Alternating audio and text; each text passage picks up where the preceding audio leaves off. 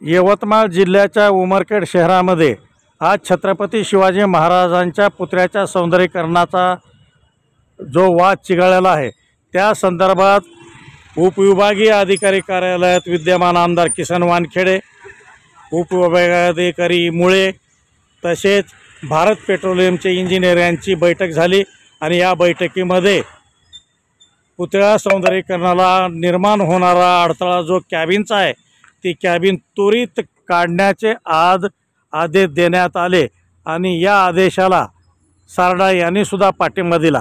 त्यामुळे आज दिनांक 4 नोव्हेंबर 2025 रोजी संध्याकाळपर्यंत हे समोरची कॅबिन हटणार आहे आणि पुतळ्याच्या सौंदर्यीकरणात अडथळा ठरत असलेला हा भाग निघत असल्यामुळे लवकरच या पुतळ्या संदर्भातला संघर्ष निवळणार असल्याचे दिसत आहे।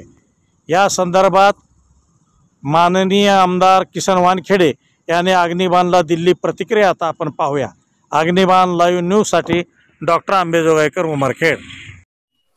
उमरखेड शहरामध्ये मध्यवस्तीमध्ये अश्वारूढ पुतळा छत्रपती शिवाजी महाराज यांचा या ठिकाणी निर्माण झालेला आहे। या ठिकाणी जवळपास काम पूर्णत्वाकडे आलेलं आहे आणि सौंदर्यीकरणाचं काम चालू आहे, परंतु बाजूला नगरपालिकेचं कार्यालय आहे, बाजूला एक भारत पेट्रोलियम कंपनीचा त्या ठिकाणी पेट्रोल पंप आहे आणि साधारणतः छत्रपती शिवाजी महाराजांची उंची मोजण्या इतका आजपर्यंत ह्या देशामध्ये कोणी तयार झालं नाही आणि त्यांच्या पुतळ्याच्या समोर कुठेतरी ऑब्स्टॅकल किंवा अडथळा दिसेल अशा प्रकारचं त्या ठिकाणी पेट्रोल पंप असल्यामुळे लोकांच्या भावना ह्या ठिकाणी दुखत आहेत, अनेक लोकांच्या ह्या ठिकाणी नाराज आहेत आणि त्या अनुषंगाने उमरखेड शहरामध्ये अनेक दिवसापासून त्या ठिकाणी उपोषण चालू आहे। त्याच्यामुळे लोकांच्या भावना दुखून त्या ठिकाणी अनेक घटना घडत आहेत, हे वास्तविक पाहता दुर्दैवाची गोष्ट आहे।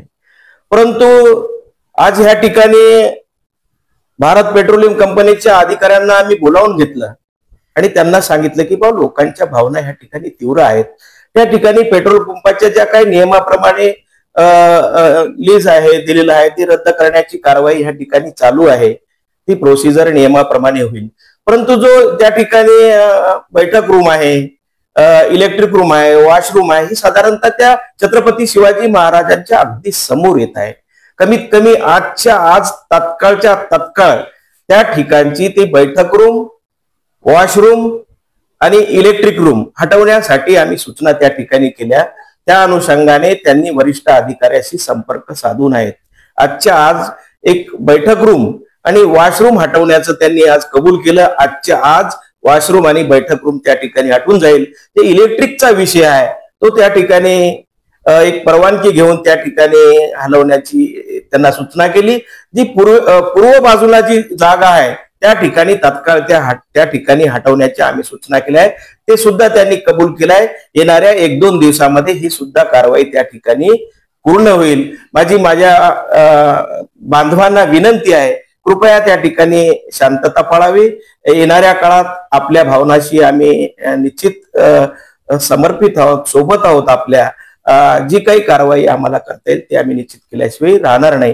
म्हणजे आज जे समोर अडथळा निर्माण झाले आम्ही आजच्या आज त्या ठिकाणचा हटवत आहे। धन्यवाद।